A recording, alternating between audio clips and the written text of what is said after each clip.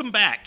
We have a special, this is not a full episode of Merritt in the Morning. However, we have a special guest with us today, Jim. Mm-hmm.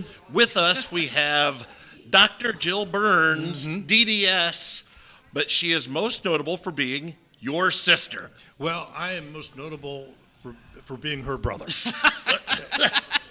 Ladies and gentlemen, Jill has always enjoyed reading throughout her little life. She likes the stars. She likes Star Wars, and yes. I'm kind of reminiscent of that lovely little episode we had with your mom, Klopp, and probably our most viewership. It was our most watched episode. Yeah, and I thought it'd be fun to have Jill on for a moment. Oh, I'm excited about this because now we get to turn the tables. Thank you very much. I was so nervous the time that you had my mom on.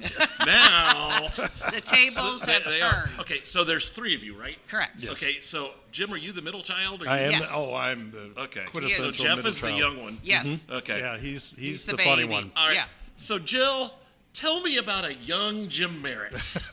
Well, Did he always have on a suit?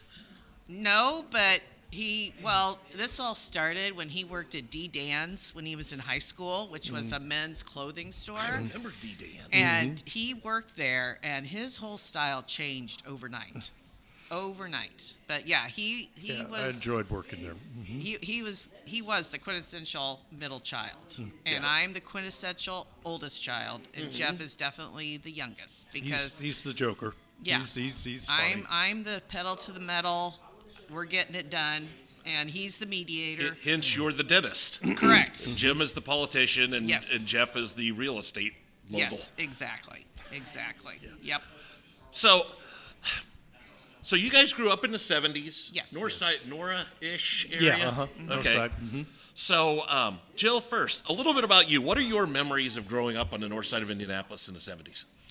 Oh, well, I rode my bike everywhere. And we actually moved from near Highland Country Club up to 79th and Spring Mill. And actually, from the 79th and Spring Mill, I could ride my bike down to Broad Ripple, which I did every single weekend. Yeah. And it was a lot of freedom, of course. And, of course, I don't think most kids could do that these days. But we had a neighborhood when we lived next to Highland of all boys, and I was the only girl, and we just ran around like a pack and, played the cowboys and Indians and played in the woods. And my mom had a bell, which I actually still have, that she would ring to call us in because she had no idea where we were. Isn't that shocking? Yes. But It's late 60s, early 70s. Yeah. Yeah, people used to say, oh, it was a different time then. Hell yeah, it was a lot more dangerous. Yeah, it was a really safe world back then. Yeah. No question about it. Yep. So, I assume you got good grades. Obviously, I did. You've got an extensive amount of education. Yes. What about Jim? Was he a good student? Was he a troublemaker? These are things I want to know. Oh, come on. You got that look in your eye like... I was hey, not a good student. This is a safe space. It's really just the four of us. It's the three of us here, and then Josh Gillespie, who's running the board for us. Nobody's watching. You can tell us. School was not my friend. It was not Jimmy's thing. And I mean, I don't want to seem to brag, but he also had to come after me, who was pedal to the metal. So how many years apart are you guys? Well, a year and a half. About Okay, 18 so you had months. the same teachers. So Yes. No, yes. Okay. Okay. So It was so yeah. ugly. So Jim came through, and they were always like, "Well, Jim, Jill was a really good student. We have high hopes for you." It was interesting. It was following in her footsteps in school was not the easiest. I wasn't crazy about it anyway. Yeah, and I lived for school and books and all that stuff. I was very weird. I was the nerd. You guys went to Brebeuf, right? No, I went to Brebeuf for 3 years. I went to She North went Central. Okay. And Yeah. Jeff went to North Central. That's Okay. why, because what Lara was just saying, I went all the way through with Bart Peterson. He and I were in the same class. Wow. What Yeah. was he like? Oh, he's so much fun. He's So- just a great guy. Gregarious. So it's No, he wasn't gregarious No? back then. It took Michigan Law School probably to do that. But really okay. So did you look at it back then and say, "Yeah, that guy's destined to be mayor"? I did not. Did you look at Jim back then and say, "That guy's destined to be a senator"? No. No. No. So given that you guys were so close in age, were you allowed to date each other's friends? That's a really good question. That I is. tried. He tried, but Jill no. didn't. No. But I tried, and because a lot of her friends were pretty and smart, but that just didn't work out. Too very smart well. for you. No. He has smarts in another way. Yeah. But yeah, no, I was, when he went for Buff though, Buff, it was pretty cool to be dating, to go and see the boys at Buff. Mm-hmm. But I don't. It was all boys. It was Oh, all that was boys. my next question. So it was an all-boys It was school. a- Yeah, all-boys I went there to get myself in shape academically and learn how to study, and it got it done. And I don't know if I would have gone to college if I hadn't gone to Buff. And it was, all boys, and I just had to concentrate. Yeah. Yeah. So, all right. So now your family owned Ross and Babcock Travel. Correct. Yes. So did that afford you the opportunity to do lots of traveling? Yes. And see lots of places? We went on a lot of cruises. Really? A lot of cruises. Yeah. Tell me about that. Where all did you get to go? Oh, Mostly Caribbean, but Yeah. our mom and dad, they traveled they the traveled world. the world. Yeah, they had, in 1973, when the family bought it, they had to learn the world and learn the Right. vendors. And they I like to talk about my mom getting up on a going into the pyramids. Yeah. My dad is a little, it doesn't like close spaces, but she went into the pyramids and she got up on a camel, and so she kissed the Blarney Stone, and she did a lot of things Yeah. around the world. Yeah. Mom and Dad did a lot of things around the world. They did. They had so much fun with that. Yeah. Just so much They fun love with that. England. Yeah. Yeah. So Jill, growing up, what are your favorite memories? My favorite memories Yes. growing up? Well, one of the things I would do, we lived very close to White River. Okay. And I was in the woods by myself down by the river all the time. And it kind of turned me a little bit into a naturalist. So I would go back and get books from the library and read. And then I was also a camper and a counselor at Gnawbone Camp. Okay. And for years, from the time I was 8, and then I became a counselor, and all the way through college, I was a counselor there.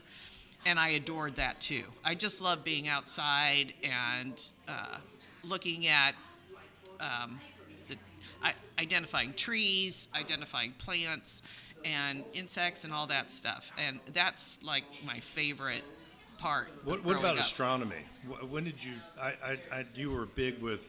Well, I liked there always astronomy, was too. magazines coming in the mail that dealt with the stars. Yeah, and- well, I was a big astronomy person. Anything outside. I was very much an outside person.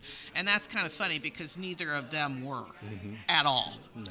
At all. I can see that. Yeah. But I was. I never went to camp.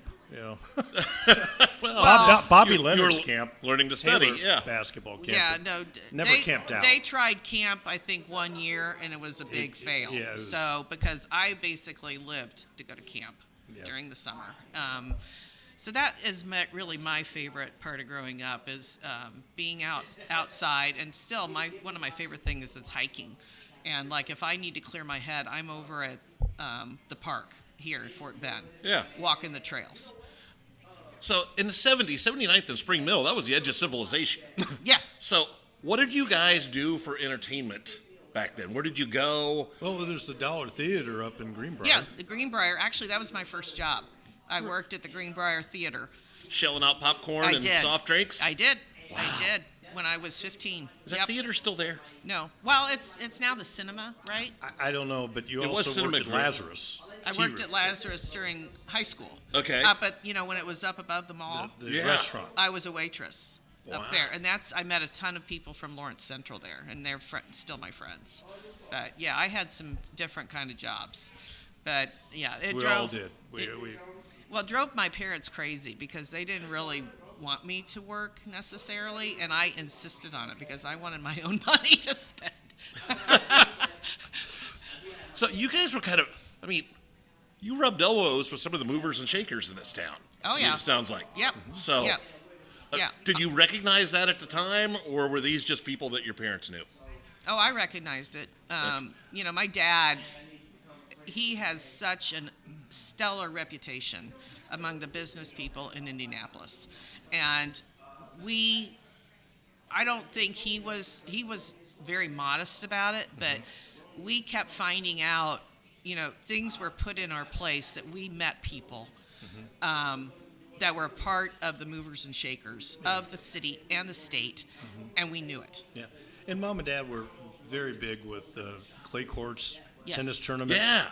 And, Oh, that was huge. Yeah, and We the grew up Hudnuts were there. close friends, and so you kind of you knew you were moving and shaking with people, but we were used to it, and Yes. there was no problem with it because they were friends. Yeah, we were taught to be polite to everybody, no matter what. Yeah. I can and see we that. were taught to remember names, no matter what.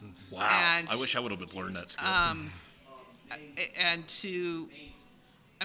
My parents weren't political, but you can see where he came from Yeah. because that's the way we were raised, was to make sure that people felt valued and listened to, and that we were interested in them.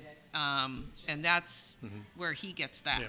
And Jeff and I are not as much as him. But I think we were taught a work ethic, Yes, and a work ethic. and I think that has borne out. Yes, absolutely. Talk a little bit about, Jill, you served as the president of the Indiana Dental Association, and before that you were vice president, and you have to your life a national scope now of dentistry. You have friends all over the country, and tell our audience just a little bit about your work in the dental industry, if you will, the dental world, but also about your mission that's coming up and how many times you've been to Honduras. Okay, wow, that's a lot. So I've always been interested in volunteering in dentistry. And when my boys were in middle school, I got back into it. And I started as president of, my practice is in Richmond, Indiana. And I was president of our local district over there. And then started working through committees, and then I was, we have a House of Delegates within the Dental Association, and I was Speaker of the House. Around the same time, I was actually on the State Board of Dentistry for 10 years and was president of that. Again, I kept as Speaker, and then I was elected to the vice presidency of the dental board or the dental association, and so in 2022 and 23 I was president of the Indiana Dental Association, and it was a lifetime thing that I wanted to do, and I felt there were certain things that I really wanted to do. One of them is I wanted to be more open with young women dentists who don't feel comfortable going into that kind of environment for meetings. I got that. I mean, it wasn't completely done, but we came up with some strategies to help that. My bigger deal was getting money for Medicaid for the dental in Indiana. And we got it, but it wasn't specified for dental, so FSSA kind of did what they wanted to with it. And hopefully we can help change that a little bit this year since it's a budget year. But those were my two big things that I felt, and I also pulled in a lot more people into committees, dentists across Indiana, so a lot more people got involved. So those are the three things I'm very proud about from that presidency, and it was such a blessing. I'm still involved. I'm just letting other people be more involved. On the national level, I've been a delegate at the ADA House of Delegates for over 20 years. I've been on a national council for them for ethics. I'm on another council right now for them. I have people call me to help with stuff, and so I'm always happy to help with these national friends. With the Honduras thing, I've been doing that. Actually, I'm lost track. We didn't go during COVID, and we didn't go during a year of political unrest, but I believe this is my 10th or 11th time. We go to Comayagua, Honduras for a mission trip. We go to the same place every time. It's in partnership with the Lions Club down in Comayagua, and we see children for a week that are in orphanages. And it's just such a blessing to be a part of it. And I have friends that we've been doing this all together for years, and it's so much fun to watch these kids grow up because we go every year, so it's almost like a regular dental checkup. And they don't have the huge problems they used to have when I first started. But yeah, so anyway, did that cover all that? Yeah, it did. It did. So these trips, are you just introducing them to the basics of dentistry Nope. and oral care, Nope. or Nope. you're We doing have bigger stuff? Extractions. Okay. We have a clinic, Okay. which is very different from most mission trips. Most mission trips just go and take teeth out. And take teeth out. But we actually have a clinic that they use for public health down in the city, and we are able to use that clinic to do restorations, clean teeth. We take hygienists with us to clean teeth. So we can do all kinds of things, and it's just such a blessing And to at that various community. times they go up in the mountains Yes. and take care of people that rarely see civilization. Right. Yeah. Right. Oh, that's cool. Yeah, it is. And that's happening in I leave the 31st of January. of January. Yep. Okay. Yep. So, how did you land in Richmond? My ex-husband's father had a dental clinic there. Okay. And so I started working for him when we were Navy dentists for 7 years. And when we got back from the Navy, he went into a residency program, and I went to work with his dad in Richmond, Indiana. So you kept the practice and ditched the husband. Yeah. Leave it to you. Well, And I'm not going to enumerate on that either. okay. Our guest today has been Dr. Jill Burns, dentist, also older sister to my co-host Jim Merritt here. Luckily, only sister. Yes.